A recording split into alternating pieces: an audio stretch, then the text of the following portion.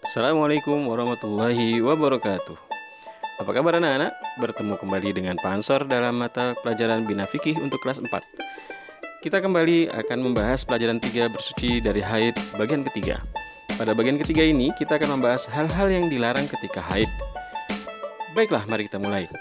Anak-anak, fokus bahasan kita seperti pada buku pelajaran halaman 28 dan 29 adalah hal-hal yang dilarang dilakukan oleh seorang perempuan yang sedang haid. Namun larangan ini sebenarnya berlaku juga bagi siapa saja, laki-laki maupun perempuan yang sedang dalam kondisi berhadas besar, tidak hanya haid. Masih ingat penjelasan Bapak mengenai hadas besar pada pertemuan sebelumnya, bukan? Silakan kalian lihat dan simak kembali penjelasan apa itu hadas besar pada video atau pertemuan sebelumnya, yaitu bersuci dari haid bagian kedua. Jadi, untuk kalian anak laki-laki, ketika mengalami mimpi basah dan belum mandi janabah atau mandi besar atau mandi wajib, maka kalian juga tidak diperkenankan atau dilarang melakukan hal-hal atau ibadah yang sama seperti dilarang untuk perempuan yang sedang haid. Nah, sekarang, tahukah kalian apa saja yang dilarang untuk dilakukan oleh orang yang sedang haid? Pertama, salat. Perempuan yang sedang haid dilarang untuk sholat, baik sholat yang wajib, subuh, zuhur, asar, maghrib, isya, maupun sholat-sholat sunnah. Salah satu syarat sah sholat adalah suci dari hadas dan najis. Artinya, kalau kita mau sholat, kita harus yakin bahwa kita dalam kondisi tidak suci atau sedang dalam hadas besar maupun kecil. Juga kita tidak terkena najis pada pakaian dan tempat sholatnya.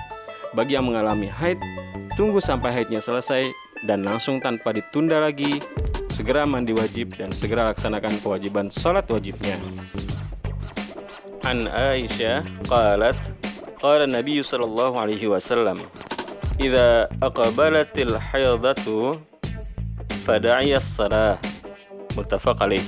Artinya, Aisyah radhiyallahu anha berkata, Nabi sallallahu alaihi wasallam pernah bersabda, apabila datang waktu haid, hendaklah engkau tinggalkan sholat. Hadis riwayat muttafaq alaih.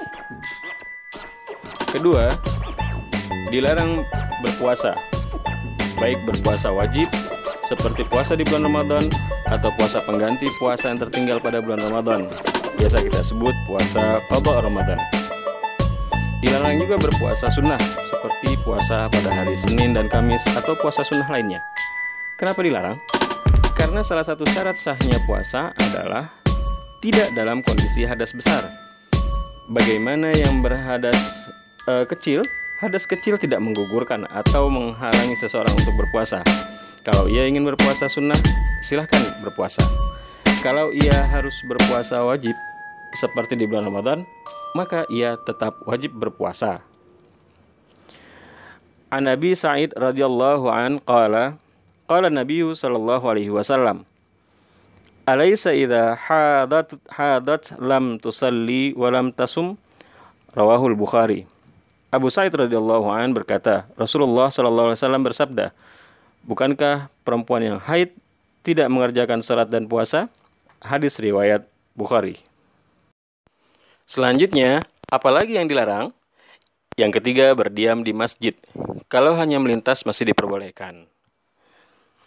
An Aisyah radhiyallahu anha taqulu, faqala Rasulullah sallallahu alaihi wasallam, fa inni la uhillul masjida li haidin wala junubin. Rawahu Abu Daud. Aisyah radhiyallahu anha berkata, Rasulullah sallallahu alaihi wasallam bersabda, sesungguhnya saya tidak menghalalkan masjid bagi orang-orang yang sedang haid dan orang-orang yang sedang junub. Hadis riwayat Abu Daud. Yang keempat, tidak diperkenankan membawa dan membaca Al-Quran. Seseorang yang haid masih diperkenankan membaca bagian dari Al-Quran atau surah-surah atau ayat-ayat yang memang sudah dihafalnya. Ia membaca hafalannya tanpa menyentuh atau membuka Al-Quran.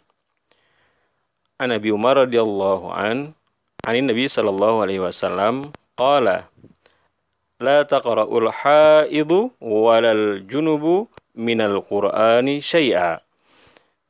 Artinya, Ibnu Umar radhiyallahu an berkata, Nabi bersabda, perempuan yang sedang menjalani masa haid dan orang yang sedang dalam keadaan junub tidak boleh sama sekali membaca Al-Quran. Hadis riwayat Tirmidzi.